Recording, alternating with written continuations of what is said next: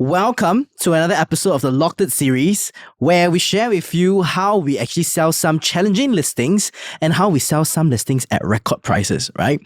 Today we have none other than Jerralyn. Again, right? Who's part of our sales force. Jerralyn has recently sold a listing at Marina One residences. And can I be very honest with you? What? This is the first time in my career where I almost gave up selling a home. We almost gave up. We almost gave up. But with plenty of prayer and petition, thank God it happened, right? Yeah. So let's just jump straight into it and talk a little bit more about this particular deal, right? So what I'm seeing here on screen is it's of course Marina One Residences, District 1. Fun fact, JNA has transacted 23 units here. There are plenty of units more that we're looking to offload. And it's a 99 years TOP in 2017, 1,109 square feet unit, 2-bedroom, 2-bathroom. And this is the thing you have to understand about District 1, okay? Similar to District 910, that's what Jerralyn had mentioned in the previous video for Hallmark residents. Larger floor plate units move, right? Because buyers of their profile will be looking for own stay units. District 1, transaction volume is slow, okay? It's not because it's not a nice place to stay. I think it's a wonderful place to stay, but it's not easy, yeah? So I see that you sold $177,000 above last transacted. From all the above valuation that I'm seeing, right, I think we should just increase the commission that we're charging. We're making almost a lot of money, you know? So question here. Tell me a bit more about this deal, this unit. Okay, so when we took up this listing, this was actually a 2-bedroom in Marina One. And we thought, 2-bedroom in Marina One, it's a luxurious listing that Okay, what? it should be easy to move, right? Right? Yeah. And then the previous agent took 6 months with 0 viewings, right? Zero We're like, viewing. cannot be, something is wrong, right? Yeah. We're like, we can do it. Yeah. But I mean, we also knew that because the floor plates as a 2-bedroom in Marina One is a lot bigger. Yeah. So the quantum is really high. So we knew that, of course, it's not as easy, but we felt like it wasn't going to be as challenging as we thought it would be. Absolutely. Yeah. But little do we know, we were completely wrong. I think this was one of the longest listing that we have sold Yeah. since September last year, right? 6 months. 6 months. We even wanted to tell the owner to give up on us. we give up. We almost gave up. But you know, the owners keep saying that we trust you. We know you're doing your best. So tell me a bit more about the challenges of this unit. What's the reason why after taking up listing, you realized that, hey, this unit is really super tough? I mean, okay, I knew, for like 3 months, it wasn't getting sold. I was like, cannot be. Cannot be, right? There's no listing that we take up that cannot be sold. We have 1 day. Yeah, we have like 1 week. And now we are like, it's so humbling, right? Yeah. 3 months not sold. Yeah. So when we in 3 months we couldn't sell it, not that we want to give up, but we just felt like it was so much more challenging than we thought it was gonna be. But also because when we took up this listing, we knew what we wanted to do for this unit. Yeah. So so the first challenging part was we don't even have the tenant's contact. Absolutely. So we couldn't even have a site visit of the unit. So the context is this, right? The owners were nice. Similarly, 6 months in the market, couldn't sell. Look for us. We said, sure, it's tenanted. Yeah. Problem number 1. District 1, problem number 2. Yeah. 2-bedroom, problem number 3. Yeah. But we say, can we have the tenant contact? And We don't have We it. don't have, and the owner said, we don't have the tenant's contact. Because what happened to the previous agent actually? I think it was tenanted by another agent. So we don't- Ghosted the owners, right? They said. Yeah, no idea. But we don't have the contact of the Or tenant. even the agent, Yeah. right? So what did we do actually? We bribed the tenant with Lady M cake. So we had You to. didn't bribe, it was love. So we had to. So we went to Lady M. We got a cake and we wrote her a card lah. So handwritten note. To say please. Yeah, I mean we just told her about our intention on how the owners were planning to sell the unit, and we just want to have a look at the unit and see how the layout is, what's the condition of the unit, Yeah. so that we can actually plan a marketing plan for the owners before committing to anything. Yeah. Yeah, so it worked. Yeah. I mean, it worked. it worked. I think it took 2 cakes, right? I think 2 or 3 2 or ADM 3 cakes. And ADM cake always works. Lady M cake works. Shout out to Lady M. If you want to sponsor our team, please let us know. Yeah, it worked. So after that, I remember we went for the site visit together. Yeah. We opened the door. We look at each other. The view is kind of nice, right? Because it's sea view, right? It was CV unit. But it's going to be blocked eventually. Yeah. We knew that from the master plan. And then we look at the condition. How is it? Do you remember? It's a white marble flooring turned black. It's a white-black marble flooring. So it was like completely stained. scratched up, It was stained. And the unit was really completely original in condition. Yeah. Zero renovation. The furnitures used were also not fantastic. Yeah. Yeah, it wasn't So- nice actually. Yeah. Yeah, so we wanted to propose like staging. We proposed so many things. Yeah, we proposed a lot of stuff. Staging. Yeah. What else? Staging, polishing of the marble and cleaning up Yeah. of the stains. Yeah. And home tour video. And even the virtual tour, right? Yeah. But I think the everything. owners not wanting to disturb the tenant actually rejected all of it. Yeah. And poor Chris, I remember, even wanted to take a broom and a mop and then to mop the place, right? We brought our own We staging brought our own props. staging props there, right? And I can tell you, selling this home, right? The staging couldn't happen permanently. Yeah. So We bought during our the own viewing, our cars accessories. were all full with the props, and then you'll see Chris driving there with the plant, carrying the plant up with his suit and to the the unit. floor mats. and the floor mats, just so that we could do our best for ourselves. I'm so proud of you guys, man. I'm so proud of you guys. If we have the video, we'll show it in the video. Yeah, I think we have the Insta We'll show story of Chris it, right? with Chris the carrying plants. it, right? This is the true behind the scenes of every Yeah. agent. I mean, with a team that truly wants the best for the For the sellers. owners, lah. yeah. I really think so. And I think that was also the reason why, even after the 3 months exclusivity, the owners were like, I trust you guys. Yeah, continue with just They continue. follow us on Instagram as well, and Yeah. I said, you guys have to do it. You'll give you another 3 months. And this listing was actually by a very motivated seller. Because the seller saw a unit that he was interested in Marina Bay Residences. Marina not- Bay Suites. Marina Bay Suite, sorry. And he even considered paying additional buyer's stamp duty. I don't know how the other team convinced them to pay $400,000 of ABSD. We actually advised them to wait out a little while, right? They paid it, and we knew that we had to fight the ABSD remission back for them. Yeah. Because that's $400,000. Initially, what was the list price?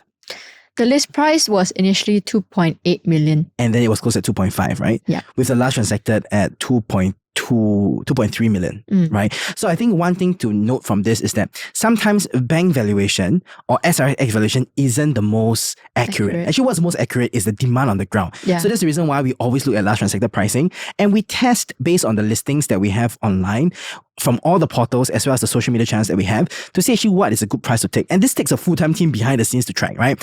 And I remember we were so desperate to sell this listing that everyone in the JNA sales force actually posted this listing to ensure that we could catch any buyer. Every different view of it, we actually posted, right? And I remember it wasn't that in the third month we couldn't sell it. We got an offer in the third month. We got an offer. Yeah. Yeah, we got an offer, and they've been looking in Marina One, and they really loved that this was a sea view unit. What was the offer? The offer was also 2.5. And why didn't they buy? Why didn't they buy? Yeah. The owner rejected the offer. Then, right? After 3 months, right? And I remembered that was a co-brook agent. So initially the offer wasn't starting at 2.5. I think it was started at 2.4. 2.4, but We I was knew like, that no, could we push. can't. Yeah, we can't sell at Yeah, we 2.4. can't It's sell too at low, 2.4 too million. low. Yeah. Right? We knew that we could push. We pushed it. And how we incentivized it was that we actually gave the agent a higher than market rate co-brook commission just for the buyers to come in. Yeah. Right? And for all of y'all to know about this, actually the sales force operate in a way that every single deal there were like 3 individuals sharing the deals, right? So even if we take 2%, we're sharing at 1% if we co-brook at 1%, or even 1.5% co-brook out, right? And we rejected for the owner, but at 2.5 million, the owner rejected it. But after 3 months, I think we completed the negotiation deck, and we shared with the owners how is it so important for them to not, because of maybe $50,000 to $80,000 more, to forgo that ABSD that they paid, which is $400,000 to the $400,000. government, right? But fun fact, we sold it at top price, right? 2.5 million above the last transacted. Yeah. Why did the owner decide to accept the offer actually? Okay, the owner initially didn't want to accept 2.5 because they thought that we could do higher. Which we really spent all our last breath. Yeah, we did. And I mean, I think because they're not there to see the condition of the unit. Yeah. So we did so in the initial proposal, we wanted to do staging, we wanted to do polishing, but Everything. he rejected it. Yeah, we couldn't do it. Because he didn't want to bother the tenant too much. Understandably. Yeah, which we understand. So he said we can just sell the unit as per the current condition first, and see how it goes. And if you want to do the home tour and the staging, we can do it after the tenant moves out, which is April 2023. Yeah. Which is going to be another like 2 months after that. So so we had to just do whatever we could with the current condition. Yeah. And we even invested our own money to do the polishing, and with the tenant's permission, of course. We spent money on this listing. Yeah, I mean, the tenant was okay with it. Yeah. Because she also wanted it to be clean. It was nice of her to do that. Yeah. So we were able to get it clean, and it did improve the viewing experience, because the main objections that we had during the viewing experience was the marble is stained. Yeah. The parquet flooring in the room is scratched super badly. Yeah, I remember that. It just doesn't justify them paying 2.5 for a property like this. Which is a very important lesson to note for all owners marketing your home. No matter how small the defect is, if it's visible, it's not a small problem. Yeah. Because the viewing experience of the buyers will be jeopardized. Yeah. And, a litmus test that we do, right, when we sell a home is that we need to make sure that we fall in love with the property first before we market it. Yeah. And that's why behind the scenes, storyboarding happens such that we can capture the best angle, we can capture the best area where we can start the shoot. After that, we will start designing the whole viewing process such that we will fall in love with the place. There are some parts where we know in the viewing, we cannot stand, because when we stand there, it gets a little hot. Yeah. Because of the west sun facing sometimes, right? So we are that meticulous in designing the entire journey, right? Yeah. And I think the owners understood the challenge that we faced with a lot of sincerity and cry for help. And constant updates of the condition of the unit. Yeah. And we also showed them that we tried cleaning it for them. Yeah. And I think that's also why they appreciated our efforts and our help. Yes. And if you are Asian watching this, remember this. It is very important to go through difficult conversations with your owners, regardless of whether you like it or not. And I think that builds trust, because if you yourself are an owner and you know that things are not going as expected, you will really appreciate that the agent is transparent and communicate with you on what are some of the solutions that can move forward. I commonly see a lot of agents rejecting themselves after 3 months and telling themselves or telling the owners emotionally that it's just a hard listing to sell, but provide solutions to solve the listing. Yeah. And that, I promise you, will get you the best price for your owner, right? I remember the negotiation with the buyer was a long drawn process as well, right? 3 weeks. It took 3 weeks. Okay, so the first buyer was rejected. So, we had like, I think maybe another 1 or 1.5 months of viewings after. Yeah. And I told myself, I cannot not sell this listing. Spend too much time. I already invested too much of my time. You spent so much money, right? I already spent too much of my time and effort and money in this. I have to sell this. Yeah. And 1.5 months later, after the first offer got rejected, we managed to get another buyer who was already a tenant in Marina One. And she just got her PR then. And so she was looking for a unit in Marina One or probably in District 1 area. Yeah. And she saw the condition and she said, like, I can't accept the condition as it is. Yeah. And then so the other angle I had to pitch to her was through the investment angle on how we can actually leverage on the surrounding CCR or RCR properties. Because even Canning Hill Pierce was already selling at 3,000 PSF. Absolutely. Yeah, so that was how I actually used that as a leverage tool to sell this listing. Yeah. And pitch it from an investment angle on the potential capital appreciation that we can get from this And it's unit. actually indeed true. And that's also the reason why Chris actually bought a Marina One unit himself. Yeah. Because we were all banging on the Marina View site that's going to be launching at 3,000 plus PSF. Yeah. Yeah. So, but why 3 weeks though? Okay, 3 weeks because so I've been following up with her. Yeah. And I realized that the decision maker was actually her boyfriend. Yeah. And it wasn't her. Yeah. So during the first viewing, her boyfriend wasn't there. I see. And so during the follow-up process, I realized that the authority was actually with the boyfriend and not her. Ah. So I requested her to come for a second viewing. Yep. Which in the first 2 weeks, I think her boyfriend was busy and wasn't in town, so she couldn't arrange the second viewing for the boyfriend. Yeah. And then I think the third week, the boyfriend was finally in Singapore and he had some free time, and I managed to convince them to come for a second viewing. Yeah. And then that was when I shared with them again on the analysis of this unit and why it's a good investment. Yeah. And then that was how they finally managed to commit to the unit. And that's one thing that we always learn in sales and in JNA, and so as not to waste sellers' time as well. Yeah. Always talk to the decision makers. Yeah. Don't talk to the non-decision makers. Respect everybody, but you need to know who you're selling to. Yeah. Right? So after the second viewing, they fell in love with the unit. I mean, she didn't want to buy the unit at first, and then what happened? Yeah, I think initially she wanted a much lower price. Yeah. And 2.5 is honestly a steal Good for price. Yeah. for Marina One two-bedder sea view facing unit. Yeah. So that was I just kept focusing on that point and highlighting that to her. Yeah. And also because I think before that she just got her PR and she hasn't gotten her PR card. So she was actually waiting for a PR card before she wanted to commit to a unit. I see. And every single week, I remember for days, follow-up was happening. Yeah, I was following up with her for like every 3 days. I would give her a call. Say, how are you? Yeah, hey, how are you? Please stay warm to this listing. Ready to commit? Yeah, but I think she really appreciated that I was following up with her very closely. Yeah. Because she was also happy that our team works very efficiently. Yes. And she was saying that once the completion for this unit is done, she wants us to help her tenant it out. Yeah. And I think that's amazing because one thing that we learned is this as well. Even though we represent sellers, in order to get good price for sellers, we also need to learn to love our buyers as well. Yeah. And we are so thankful, right? A lot of the buyers that bought through us, they actually bought repeated purchases from us as well. And wow, congratulations, 3 weeks. And you finally got the offer. I remember we really were so close at giving up. Marina One residence, this particular unit, if I'm not wrong, the unit number was, okay, I can't say it here. I still remember your number, it haunts me.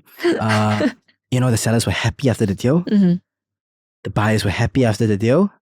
And, sellers even brought us out for a celebratory dinner. Yeah, it's so nice of the seller as well. Congratulations. Any last words or any tips, right, that you have learned from this sale for our owners or for our agents? I don't think there's any unit that you can't sell. It's you just have to find the main objections that you probably face from the buyers and how you can actually counter that before listing it. So that when buyers come, you already have the answers to those. Absolutely. To those objections. So what I'm hearing is objection handling is very important. Always come prepared with the knowledge. Don't go there and, not be able to objection handle. Right? Yeah. This is actually one of the key criteria in selecting individuals in the sales force, where we want to make sure that everyone in the sales force is responsible because ultimately we are all serving our clients together. Yeah. Thank you so much for being on the show, Jerralyn. Thank you. Bye-bye. Bye-bye.